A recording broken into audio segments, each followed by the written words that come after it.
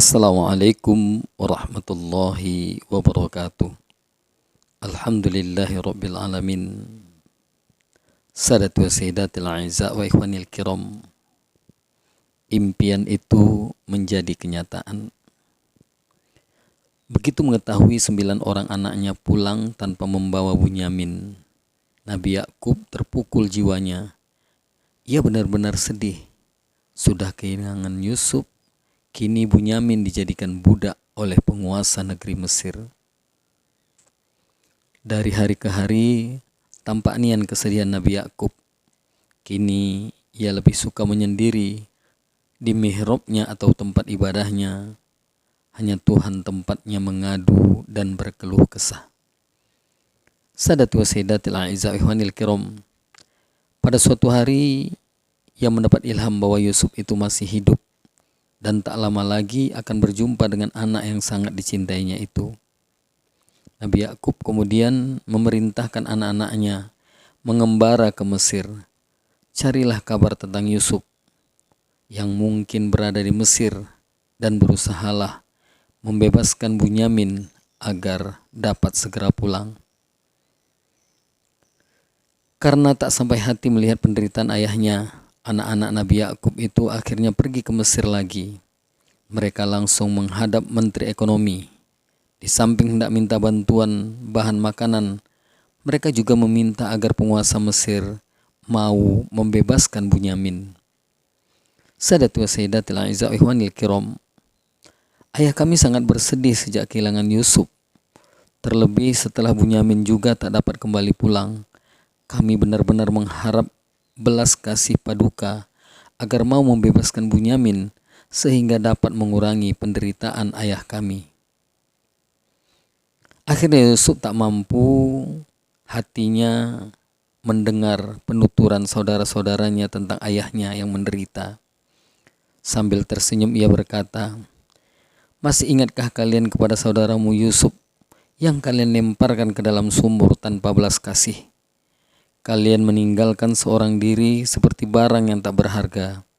Tak kalian hiraukan ratap tangisnya dan kalian terus saja pulang tanpa merasa bersalah."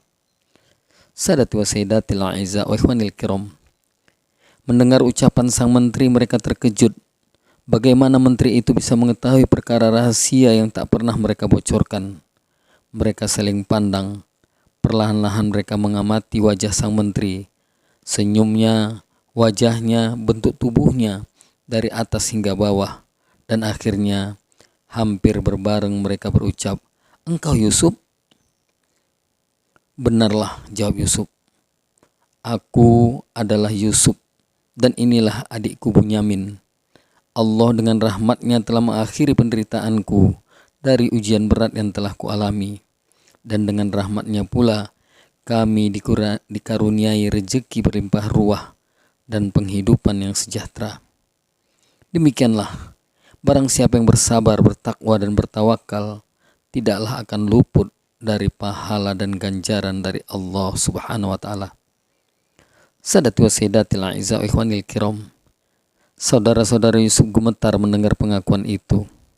Terbayang kembali perbuatan mereka saat mereka memasukkan Yusuf ke dalam sumur. Mereka khawatir bila Yusuf membalas dendam. Tapi ternyata Yusuf bukanlah orang yang pendendam. Mereka dimaafkan. Yusuf kemudian mengambil baju gamisnya dan diserahkan kepada saudara-saudaranya. "Usapkanlah baju ini pada kedua belah mata ayah. Insya Allah beliau dapat melihat kembali. Kemudian ajaklah ayah dan ibu ke Mesir secepatnya. Aku sudah tidak sabar untuk bertemu."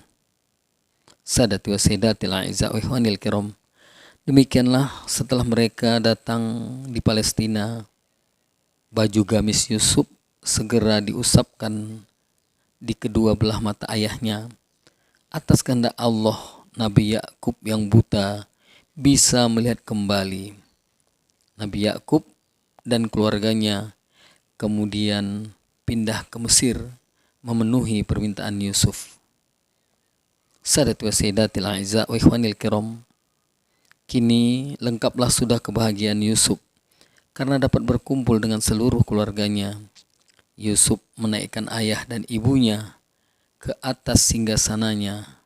Apa yang pernah diimpikan, pernah disampaikan oleh ayahnya, sekarang benar-benar menjadi kenyataan. Sadati wa sayyidatil a'izza wa ikhwanil kiram, demikianlah cerita Nabi Yusuf alaihissalam dan perjuangannya sehingga ia menjadi seseorang yang besar di singgasananya. Lebih dan kurang saya mohon maaf, kepada Allah saya mohon ampun. Wabillahi taufiq wal hidayah. Assalamualaikum warahmatullahi wabarakatuh.